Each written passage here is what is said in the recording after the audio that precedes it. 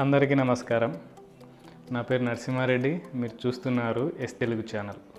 Friends, ఎండాకాలం వచ్చేసింది. మనలో చాలామంది ఏసీ కొనుక్కోవాలని ప్లాన్ చేస్తుంటారు కదా. సో ఏసీ కొనుక్కోవడానికి మనం షాప్కి వెళ్ళినప్పుడు వాళ్ళు రకరకాల ఆప్షన్స్ చెప్తారు.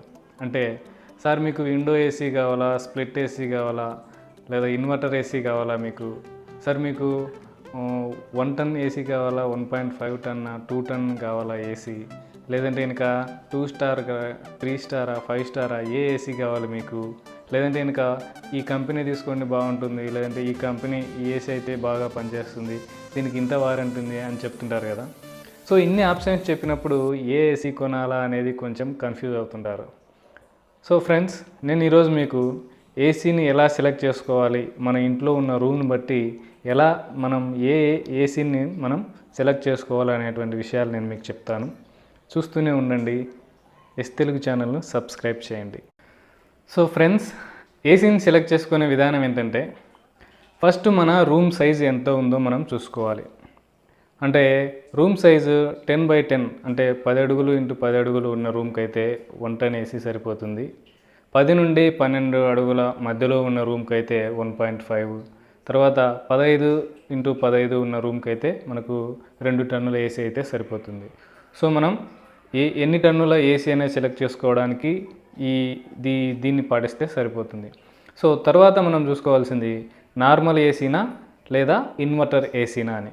సో నార్మల్ ఏసీ అంటే మనం చూస్తూనే ఉంటాము. ఇంతకుముందు విండో ఏసీలు వచ్చేటువంటివి, అంటే మనం విండోలో ఒక కిటికీలో బిగించుకునే వాళ్ళం విండో ఏసీ. తర్వాత స్ప్లిట్ ఏసీ అనేది వచ్చింది. అంటే కంప్రెసర్ను బయట బిగించుకొని మనకు ఎయిర్ వచ్చేటువంటి దాన్ని మాత్రం మనం ఇంట్లో బిగించుకుంటాం. అది స్ప్లిట్ ఏసీ అంటాం. సో స్ప్లిట్ ఏసీ అంటే ఇది. ఇక ఇన్వర్టర్ ఏసీ అనేది ఏంటంటే, ఇన్వర్టర్ ఏసీ అనేది ఇన్వర్టర్తో నడిచేటువంటి ఏసీ కాదు, అదొక టెక్నాలజీ. అంటే నార్మల్ ఏసీ వేరు, ఇన్వర్టర్ ఏసీ వేరు. ఏసీ తర్వాత ఇన్వర్టర్ ఏసీకి మధ్య తేడా ఏంటంటే ఫ్రెండ్స్, నార్మల్ ఏసీ అనేది సపోజ్ మనం ఒక 17 డిగ్రీలు మనం సెలెక్ట్ చేసామనుకుందాం కూలింగ్. సో నార్మల్ ఏసీని మనం స్విచ్ ఆన్ చేస్తే వెంటనే కంప్రెసర్ అనేది ఫుల్ స్పీడ్తో పనిచేస్తూ తొందరగా ఒక 5 మినిట్స్లో మనకు 17 డిగ్రీలకు మన రూమ్లోని ఉష్ణోగ్రతను తగ్గించి 17 డిగ్రీలకు చేస్తుంది. ఆ తర్వాత అది ఆగిపోతుంది. తర్వాత మళ్ళా మన రూమ్లో 17 డిగ్రీలు దాటి 20 డిగ్రీలు 25 డిగ్రీలు వచ్చేంత వరకు అది ఆన్ కాకుండా అలానే ఉండి మళ్ళీ రూమ్లో టెంపరేచర్ 25 డిగ్రీలకు పెరుగుతూనే మళ్ళీ ఆన్ అవుతుంది, మళ్ళీ ఫుల్గా పనిచేస్తుంది, మళ్ళీ 17 డిగ్రీస్ వచ్చేంత వరకు అది పనిచేసి ఆగిపోతుంది. అంటే ఇలా మనము సెట్ చేసుకున్న టెంపరేచర్ వరకు, రూమ్ టెంపరేచర్ వచ్చేంత వరకు పనిచేసి ఆగిపోవడం, మళ్ళీ కొద్దిసేపు పని చేయకుండా రూమ్లో టెంపరేచర్ పెరిగేలాగా ఉండడం, మళ్ళీ టెంపరేచర్ తగ్గించడానికి మళ్ళీ ఆన్ కావడం, ఈ విధంగా నార్మల్ ఏసీలు అనేవి పనిచేస్తూ ఉంటాయి. సో ఇక ఇన్వర్టర్ ఏసీ అనేది ఏంటంటే, మనం 17 డిగ్రీస్ సెల్సియస్ మనము టెంపరేచర్ని సెట్ చేసినప్పుడు కంప్రెసర్ అనేది స్టార్ట్ అవుతుంది. మెల్లగా మన రూమ్ టెంపరేచర్ను 17 డిగ్రీస్కు తీసుకొస్తుంది. 17 డిగ్రీస్కి తీసుకొచ్చిన తర్వాత అది ఫుల్గా పనిచేయకుండా తన స్పీడ్ని తగ్గించుకొని ఆ కూలింగ్ లెవెల్ను అలానే మెయింటైన్ చేస్తూ ఉంటుంది. సో ఇది ఆగదు, ఇది ఎప్పుడు పనిచేస్తూనే ఉంటుంది.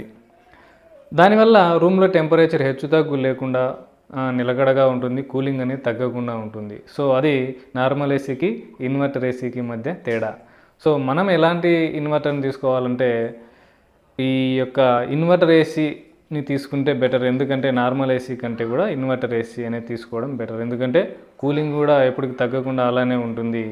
సో మనం నార్మల్ ఏసీ ఇన్వర్టర్ ఏసీ అన్నప్పుడు మనం ఇన్వర్టర్ ఏసీని తీసుకోవాల్సి ఉంటుంది. ఇకపోతే స్టార్స్ గురించి, సార్ 2 స్టారా 3 స్టారా 5 స్టారా అని అడుగుతారు. ఈ స్టార్స్ అనేటివి ఏంటంటే, మన ఏసీ తీసుకునేటువంటి పవర్ సప్లై, అంటే పవర్ కన్జంప్షన్, ఎంత విద్యుత్తును అది వాడుకుంటుంది అనే దాన్ని బట్టి స్టార్స్ అనేదాన్ని నిర్ణయిస్తారు.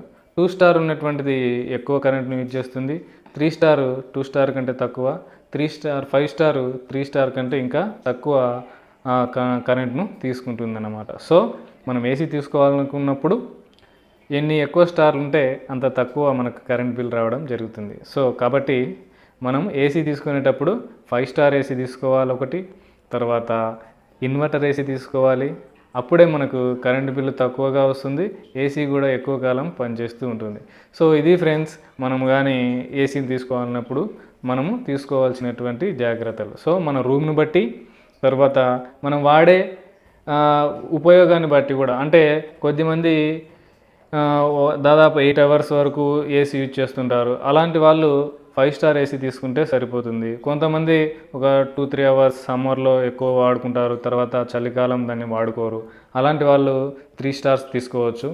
2 స్టార్స్ అనేవి ఇప్పుడు రాకుండా ఉన్నాయి, 3 స్టార్స్ లేదా 5 స్టార్స్.